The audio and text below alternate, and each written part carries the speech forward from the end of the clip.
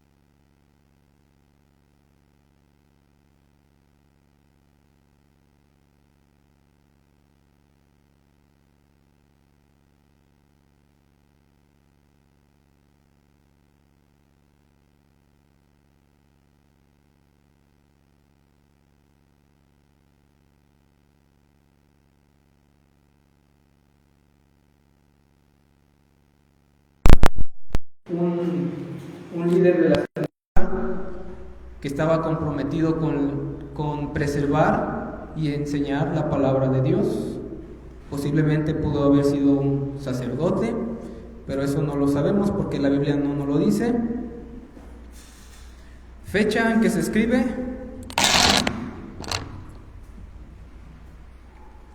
en el año 433 al 424 antes de Cristo. Es probable que Malaquías fue escrito durante el periodo de la ausencia de Nehemías. Nehemías fue el que construyó el muro del segundo templo. El primero, recuerden que lo construye Salomón, y en el año 586 por ahí Nabucodonosor se encarga de destruir el templo, profanarlo. Sin embargo, con la llegada de los medo-persas y el rey Darío, Nehemías es el que reconstruye el muro, va reconstruyendo el templo. Nehemías llegó a Jerusalén en el 445 para reconstruir el muro, y de ahí regresó a Persia en el 433. Más tarde otra vez regresó a Israel, pero en la ausencia de Nehemías, en ese periodo donde Nehemías regresa y se va a Persia, es que se describe Malaquías. Lugar de donde se escribe es Jerusalén, como lo sabemos porque se tenían que tocar temas sobre el templo, sobre gestiones que estaban llevando a cabo malos sacerdotes del templo de Malaquías, de Salomón. Y es en ese tiempo, en Jerusalén, donde es escrito Malaquías. Género literario es la profecía. Creo que de eso no tenemos duda. Tema central tiene que ver con como lo dije hace rato, abusos en la gestión del recién restaurado templo de Salomón. Vamos a leer unos pasajes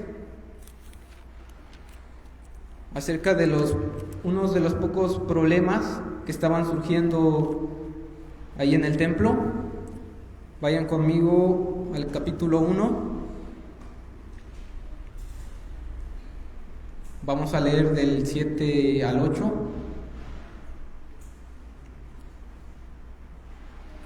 Dice: ¿en qué ofrecéis sobre mi altar pan inmundo?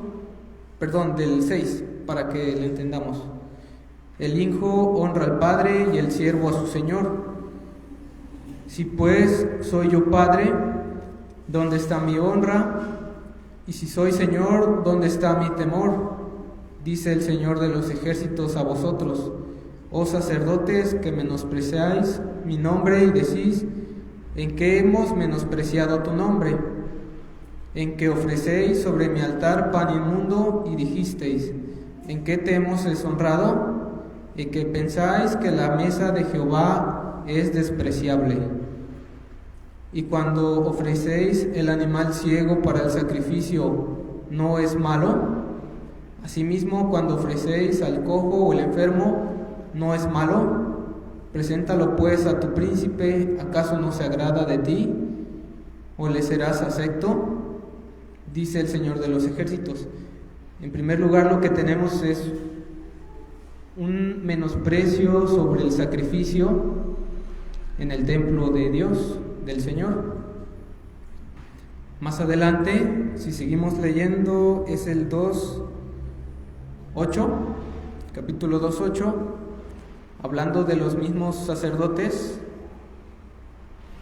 dice: mas vosotros os habéis apartado del camino, habéis hecho tropezar a muchos en la ley, habéis corrompido el pacto de Leví, dice el Señor de los ejércitos.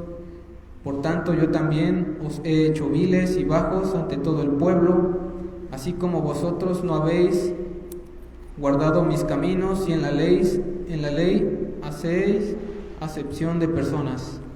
En segundo lugar, lo que tenemos es que la ley de Moisés se estaba descuidando, y los levitas, que eran los que ministraban el templo, tenían esa labor de enseñar la ley de Moisés, y vemos que en tiempos de Malaquías estaba muy descuidado.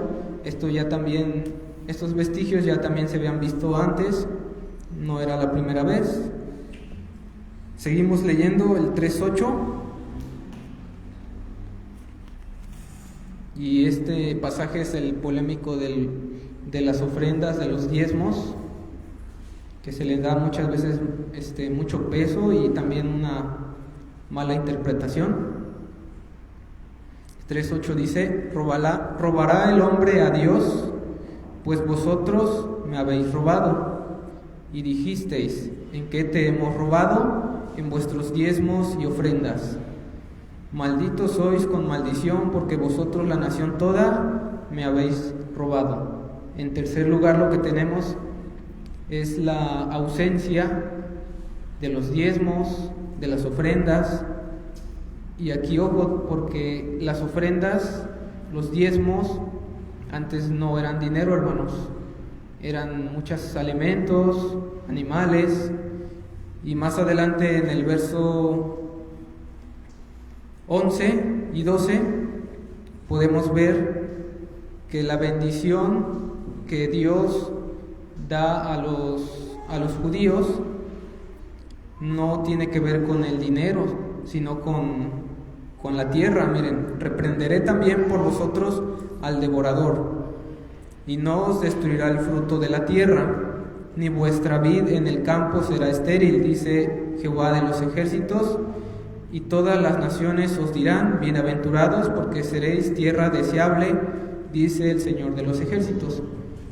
Lógicamente ahorita pues ya no tenemos tierras, nosotros sí tenemos que trabajar y ganarnos el dinero, y es por eso que rara vez alguien va a venir aquí con pues un animalito o con una sandía o algo parecido, ¿no? Normalmente lo que se recoge pues es dinero. Seguimos adelante en el 3:14.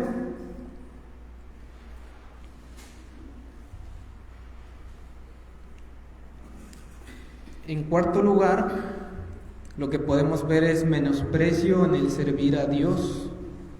Dice: habéis dicho, por demás es servir a Dios, ¿qué aprovecha que guardemos su ley y que andemos afligidos en presencia del Jehová de los ejércitos? Decimos pues ahora: bienaventurados son los soberbios, y los que hacen impiedad no solo son prosperados, sino que tentaron a Dios y escaparon. ¿Qué estaban viendo los levitas, los judíos? Que los soberbios por así decir, la gente mala, era más prosperada que ellos mismos y estaban menospreciando el servir a Dios. Ellos dicen: ¿de qué nos sirve servir a Dios, que estemos afligidos, servir a su nombre? Bueno, estas son el tema central. Acuérdense que es abusos en la gestión del recién restaurado templo de Salomón. Estos son uno de los 4 abusos que yo pude notar en el libro de Malaquías. El propósito a veces lo podemos encontrar en un pasaje, a veces lo podemos encontrar leyendo todo el libro y llegando a una conclusión. El propósito de Malaquías es enfrentar al pueblo con su pecado y restaurar su relación con Dios. Vean el pasaje capítulo 1, verso 9. Y aquí acuérdense que Jehová estaba reprendiendo a los sacerdotes porque ofrecían lo que estaba cojo, lo que estaba ciego, lo más malo o lo que encontraban, hasta lo robado, era lo que llevaban al templo a sacrificar. Y en el verso 9, bueno, ya después de que los reprende, en el verso 9 les dice: ahora pues, orad por el favor de Dios, para que tenga piedad de vosotros. Pero ¿cómo podéis agradarle si hacéis estas cosas? Dice Jehová de los ejércitos. Verso 10 sigue diciendo: ¿quién también hay de vosotros que cierre las puertas o alumbre mi altar de balde? Yo no tengo complacencia en vosotros, dice el Señor de los ejércitos, ni de vuestra mano aceptaré ofrenda. Bueno, el Señor está preocupado por todo esto, pero también quiere restaurarles. Una vez que ya lo reprendió a los sacerdotes, quiere que ellos pidan el favor de Él. Así es como dice el verso 9: ahora pues orad por el favor de Dios. Si ven también, más adelante en el capítulo 3, vamos a leer desde el 15. Decimos pues ahora: bienaventurados son los soberbios y los que hacen impiedad. No solo son prosperados, sino que tentaron a Dios y escaparon. Entonces los que temían al Señor hablaron cada uno a su compañero, y el Señor escuchó y oyó, y fue escrito libro de memoria delante de Él para los que temen al Señor y para los que piensan en su nombre. Aquí viene lo importante: y serán para mí especial tesoro, ha dicho Jehová, el Señor de los ejércitos, en el día en que yo actúe, y los perdonaré como el hombre que perdona a su hijo que le sirve. Este es el otro contraste de las personas que sirven a Dios. Acuérdense que del otro lado estaban los soberbios y que los sacerdotes veían que ellos prosperaban. Y de este lado, los que sirven al Señor, y el Señor que dice: serán para mí especial tesoro, ha dicho el Señor, el día en que yo actúe, los perdonaré, como el hombre que perdona a su hijo que le sirve. Nos compara también con un padre y un hijo.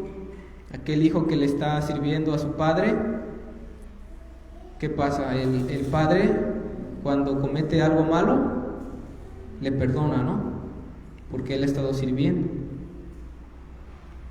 Seguimos adelante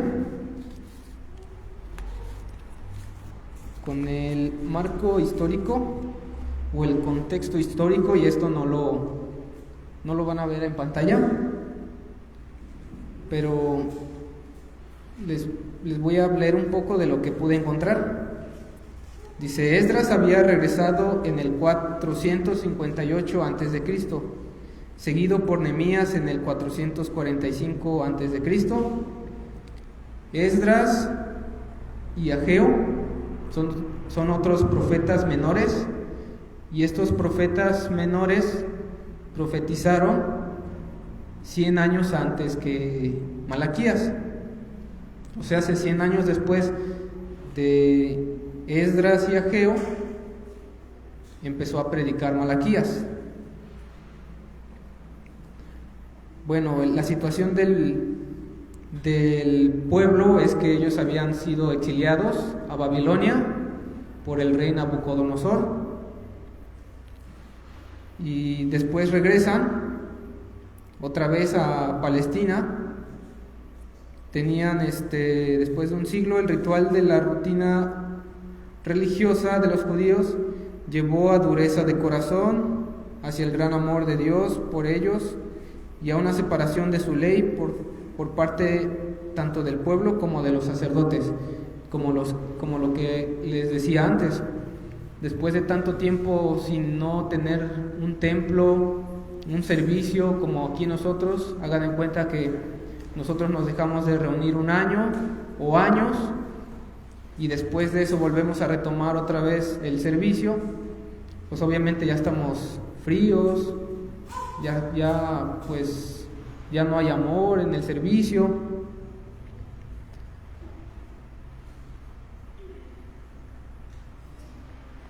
También Malaquías, después de Malaquías se conocen 400 años de silencio. Hubo 400 años de Malaquías a Mateo, donde el Señor ya no habla. Y entonces el pueblo de Israel se queda con la última voz de Malaquías resonando en su corazón sobre el servicio, sobre la ley de Moisés, sobre quién había de venir. Esas son una de las cosas del marco histórico. Otra de las cosas es que el líder con el que venían era Zorobabel. Este era un líder del que habla el profeta Ageo, que trajo consigo de Babilonia a los exiliados.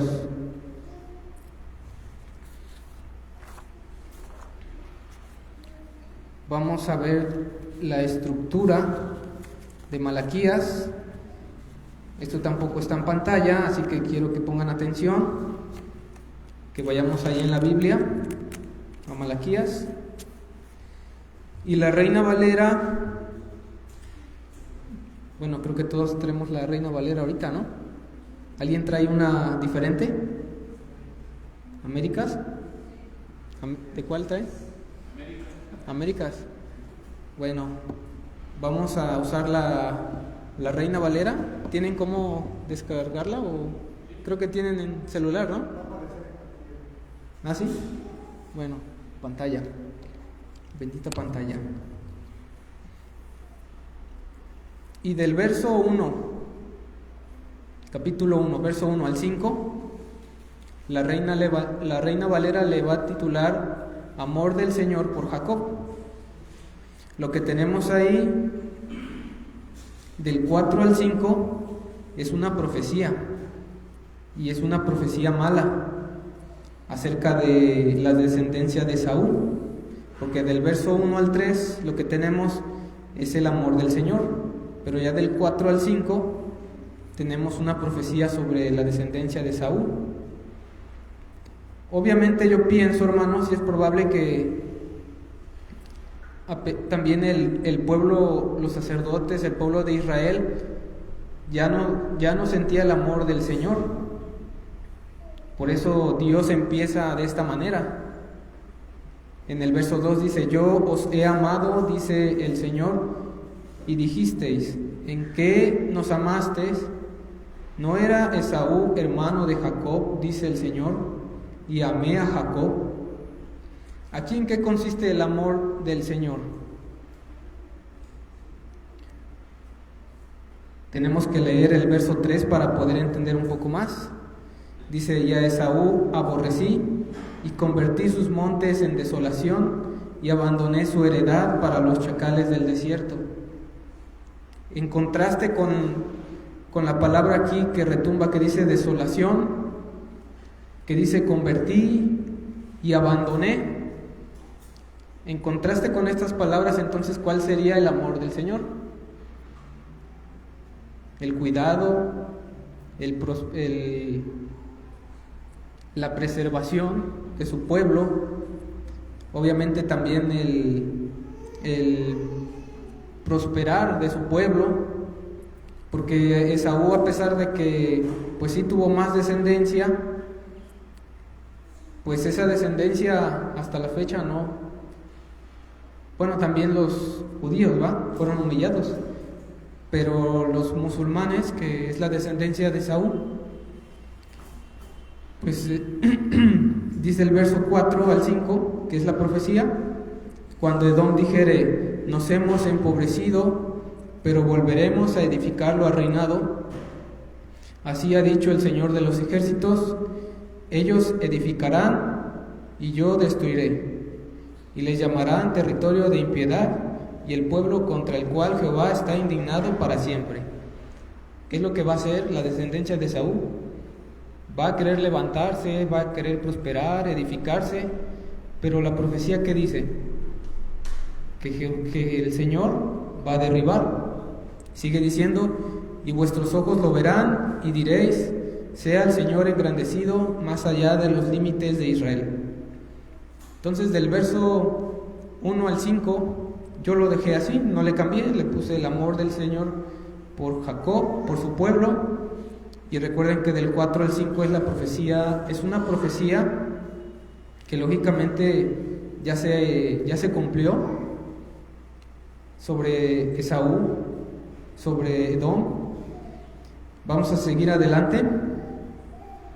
Del verso 6 al verso 10, al verso 14, divide otra vez la Reina Valera y le pone: Jehová reprende a los sacerdotes. Ahí, hermanos, yo leí y siento que está bien ahí, hermanos, porque tiene que ver con la reprensión de los sacerdotes de lo que estaban haciendo mal. Tiene que ver también con cómo Dios se califica a sí mismo, pero eso ya lo vamos a ver ahorita en los temas teológicos. Después del capítulo 2, donde empieza al verso 16, ahí sí yo pude ver que hay una diferencia de ideas, porque del 2 al 9 sigue hablando sobre los sacerdotes, sobre la tribu de Leví, que Leví fue fiel al Señor, pero que ahorita los sacerdotes que estaban en el tiempo de Malaquías eran malos y no guardaban la ley del Señor. Pero del verso 10 al 16 hay otra idea.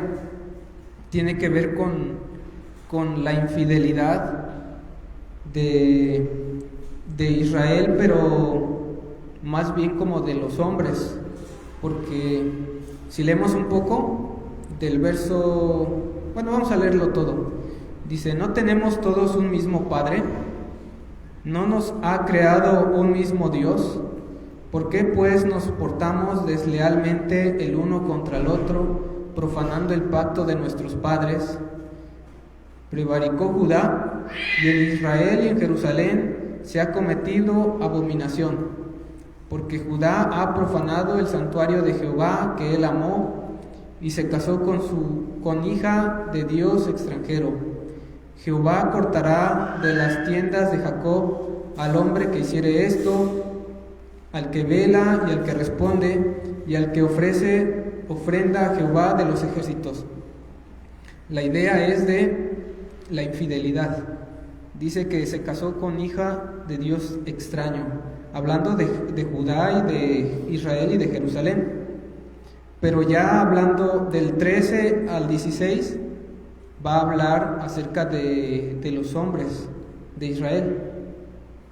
Y esta otra vez sabéis cubrir el altar del Señor de lágrimas de llanto y de clamor. Así que no miraré más a la ofrenda para aceptarla con gusto de vuestra mano. Mas diréis: ¿por qué? Porque el Señor ha atestiguado entre ti y la mujer de tu juventud, contra la cual has sido desleal, siendo ella tu compañera y la mujer de tu pacto. En un verso está hablando de los pueblos, Israel, Judá, y ya en el otro texto más abajo está hablando ya de la mujer de tu pacto, en referencia a las esposas de los israelitas. Verso 15: ¿No hizo él uno habiendo en él abundancia de espíritu? ¿Y por qué uno? Porque buscaba una descendencia para Dios. Guardaos pues en vuestro espíritu, y no seáis desleales para con la mujer de vuestra juventud. Ahí en el verso 15 nos puede dar más información sobre el porqué de Dios, si tenía aquí lo dice abundancia de espíritu, si tenía él el poder para crear a toda la creación, ¿por qué no lo hizo desde el principio? Esa es la pregunta, ¿no? La respuesta se contesta ahí mismo: porque buscaba una descendencia para Dios. Guardaos pues en vuestro espíritu, y no seáis desleales para con la mujer de vuestra juventud. Porque el Señor Dios de Israel ha dicho que Él aborrece el repudio, y al que cubre de iniquidad su vestido, dice el Señor de los ejércitos: guardaos pues en vuestro espíritu, y no seáis desleales. Bueno, ahí les recuerdo que yo dividí del verso 2 al 9 y le puse por título reprensión a los sacerdotes, porque ahí nada más está hablando de los sacerdotes. Y del verso 10 al 16, ahí sí le puse infidelidad de Israel. Luego siguiendo, del verso 2:17 al 3:5, que es lo que divide la Reina Valera, le pone el día del juicio se acerca. Yo aquí le titulé la profecía acerca del Mesías, porque si lo leemos, versos sobre Jesús, vamos a leer un poquito. Dice: habéis hecho cansar al Señor con vuestras palabras y decís: ¿en qué le hemos cansado? En que decís: cualquiera que hace mal agrada al Señor, y en los tales se complace, o si no, ¿dónde está el Dios de justicia?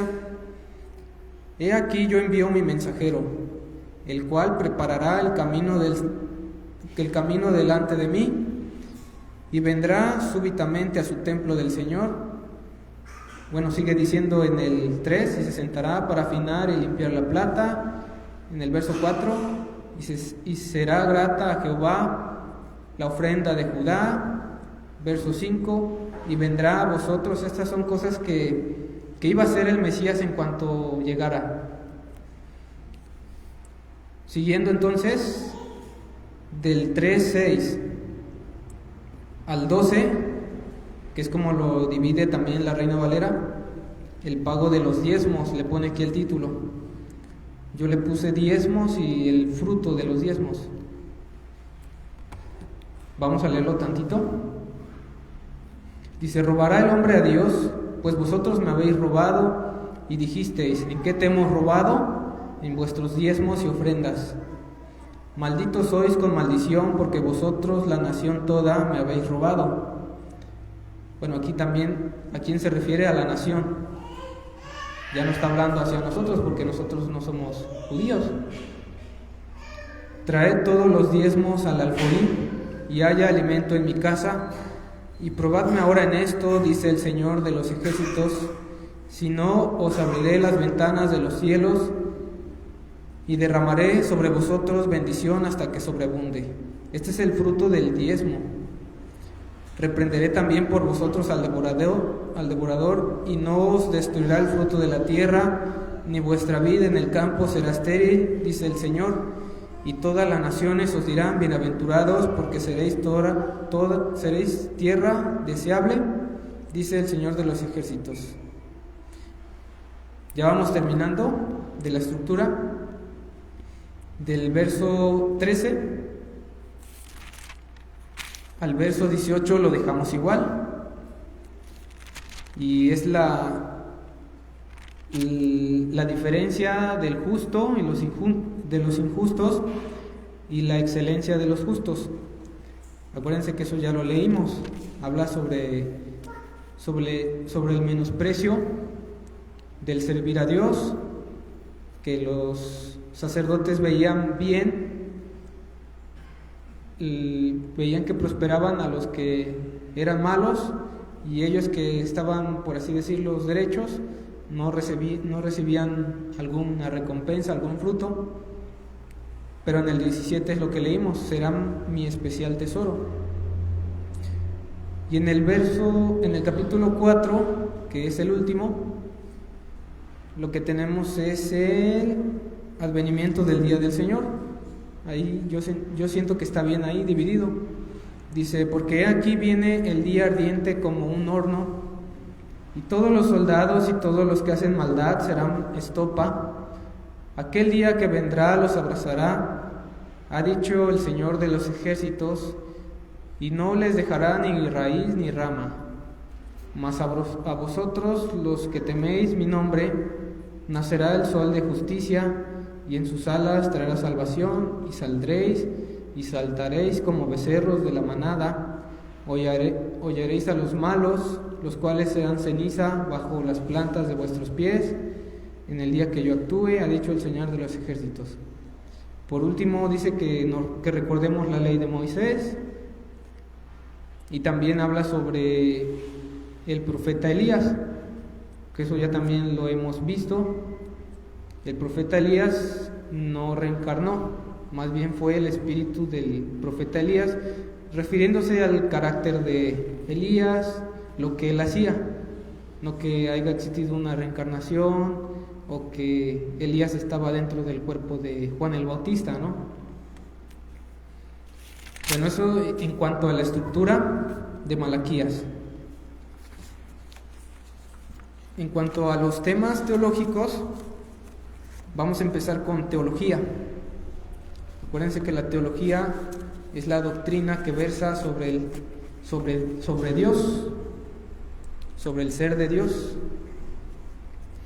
En el verso 1, 2, en el capítulo 1, 2 y 3, lo que tenemos es lo que ya les decía, el amor de Dios. Dios muestra su amor cuidando a su pueblo. A nosotros igual, Dios muestra su amor cuidándonos, dándonos de comer, dándonos el dinero que necesitamos. Obviamente cuando oramos para pedir algún problema que tengamos, pues se ha solucionado. Yo soy testigo de cosas que he visto que se solucionan. Del verso 1 al 6 tenemos que el Señor se califica a sí mismo como Padre y Señor. Lo que leíamos hace rato, dice: el Hijo honra al Padre y el siervo a su Señor. Si pues soy yo Padre, ¿dónde está mi honra? Si soy Señor, ¿dónde está mi temor? Se sigue calificando en el capítulo 1:11 como grande. Vamos a leerlo. Porque desde donde el sol nace hasta donde se pone, es grande mi nombre entre las naciones, y en todo lugar se ofrece a mi nombre incienso y ofrenda limpia, porque grande es mi nombre entre las naciones, dice el Señor de los ejércitos. Si escucharon, 2 veces se repite, grande es. Acuérdense que entre más se repite es un énfasis, no quiere decir que 2 veces es grande. También se dice que el Señor es temible en el verso 1:14. Maldito el que engaña, el que teniendo machos en su rebaño promete y sacrifica al Señor lo dañado, porque yo soy gran rey. Se califica como un gran rey, dice el Señor de los ejércitos, y mi nombre es temible. Gran rey y como temible entre las naciones. Eso es lo que pude encontrar en torno a la teología. En cuanto a la eclesiología, acuérdense que es la doctrina de la iglesia, de la congregación, de la asamblea. Encontramos el cómo ofrendar a Dios, que es uno de los principios aquí en Malaquías. Es el 1:7, que ya lo leímos: en qué ofrecéis sobre mi altar pan inmundo, y dijisteis: ¿en qué te hemos deshonrado? ¿En qué pensáis que la mesa del Señor es despreciable? Y cuando ofrecéis el animal ciego para el sacrificio, ¿no es malo? Asimismo, cuando ofrecéis el cojo o el enfermo, ¿no es malo? Preséntalo pues a tu príncipe, ¿acaso se agradará de ti o le serás acepto?, dice el Señor. Y podemos encontrar un principio aquí, hermanos. ¿Cuál puede ser ese principio? Está bien fácil, hermanos.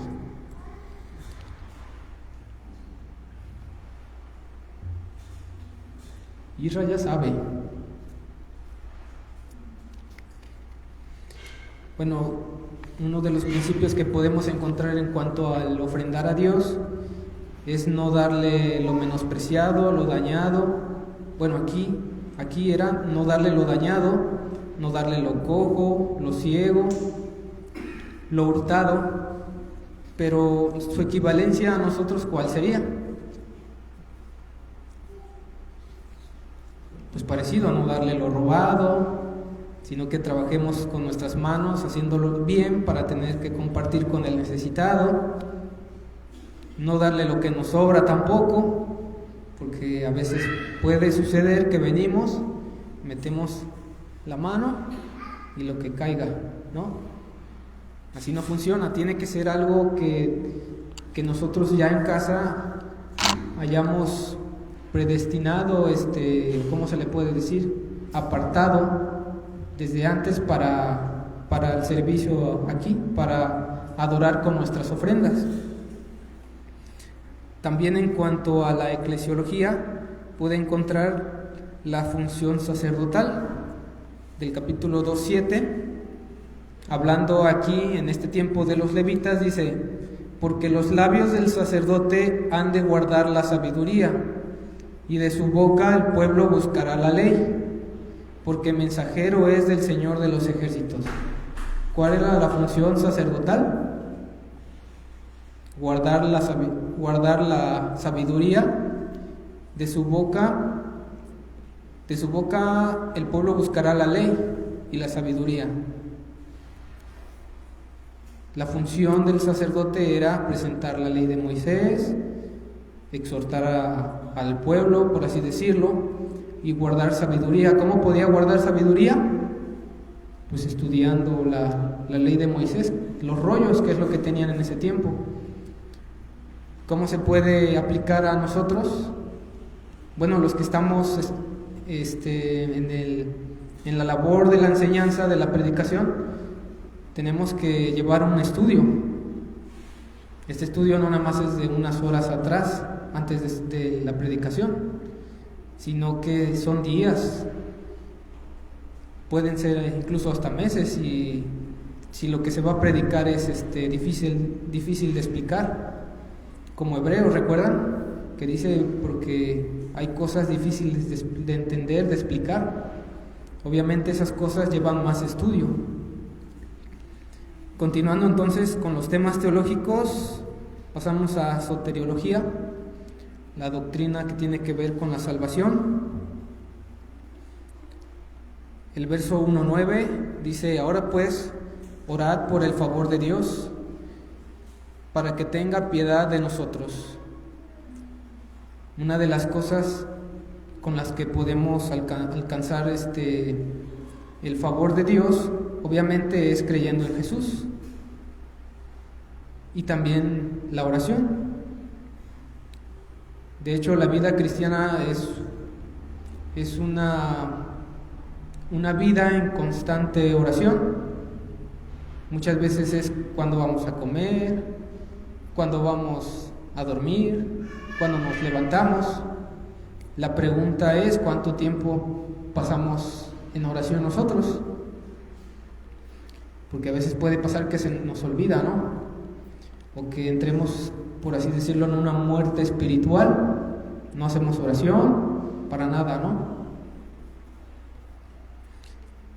Cristología, hermanos, capítulo 3,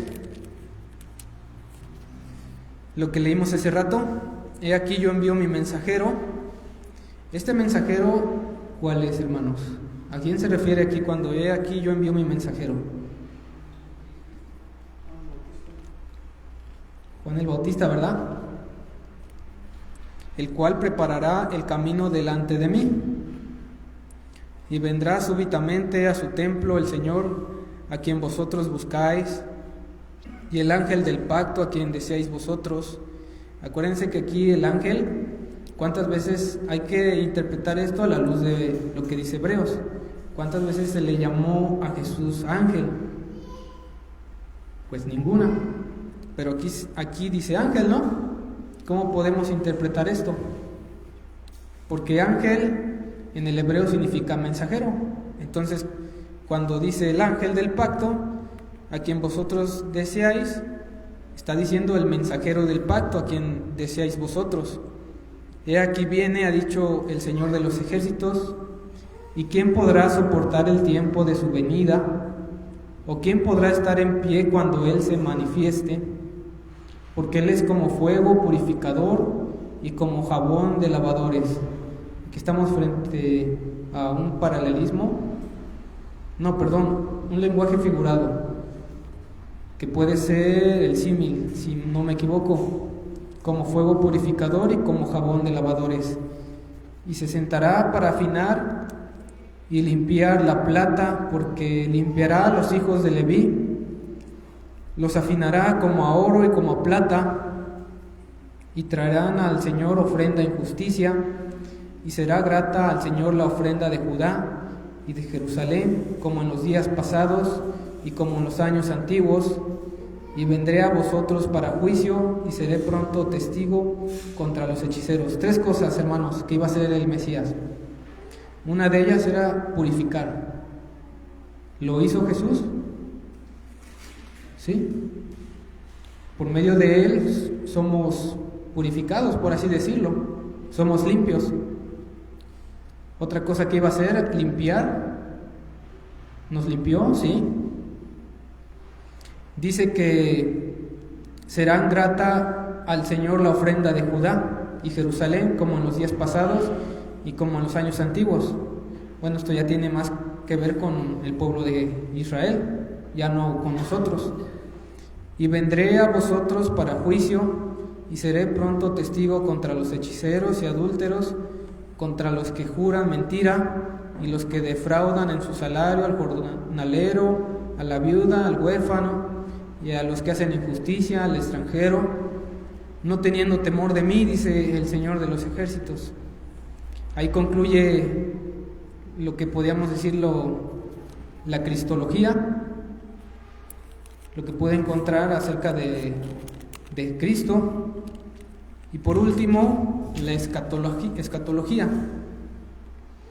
La escatología es la doctrina que versa acerca de los acontecimientos finales, si no mal recuerdo, y vamos a leer del 1 al 3. Dice: porque aquí viene el día ardiente como un horno, y todos los soberbios y todos los que hacen maldad serán estopa. ¿De qué está hablando, hermanos? ¿De la venida de Jesús? ¿O del día en que iba a regresar Jesús? Yo pienso que es más bien en el regreso de Jesús, ¿no? Y serán estopa. Aquel día que vendrá los abrazará, ha dicho el Señor de los ejércitos, y no les dejará ni raíz ni rama. Sigue diciendo: mas a vosotros los que teméis mi nombre, nacerá el sol de justicia, y en sus alas traerá salvación, y saldréis y saltaréis como becerros de la manada. Bueno, en conclusión, el verso 4.1 habla de escatología. Y ya para terminar, hermanos, la aplicación. ¿Cómo podemos aplicar el libro de Malaquías a nuestras vidas? ¿Alguna vez hemos menospreciado el servicio del Señor? Sea lo que hagamos, sea limpieza, sea dirigir, sea enseñar, sea ir a evangelizar. ¿Lo hemos hecho, hermanos? Yo creo que sí, ¿no? Todos hemos pecado ahí contra Dios, hemos menospreciado. Malaquías es una exhortación a volver al Señor y una advertencia también a pensar en vivir como los injustos y el resultado de ellos. Esto es lo que lo que yo puedo decirles, hermanos. Y vamos a hacer una oración para terminar. Señor, te agradecemos por el estudio de Malaquías, porque con todas las deficiencias, Señor, que yo pueda tener como maestro, como predicador, Señor, tú siempre vas a usar tu palabra para llevarnos algo, Señor, para hablar a nuestra vida. Te pido perdón por las cosas malas que he hecho en tu servicio, Señor, por si he abandonado tu servicio, por si hemos menospreciado todos tu servicio, mi Dios.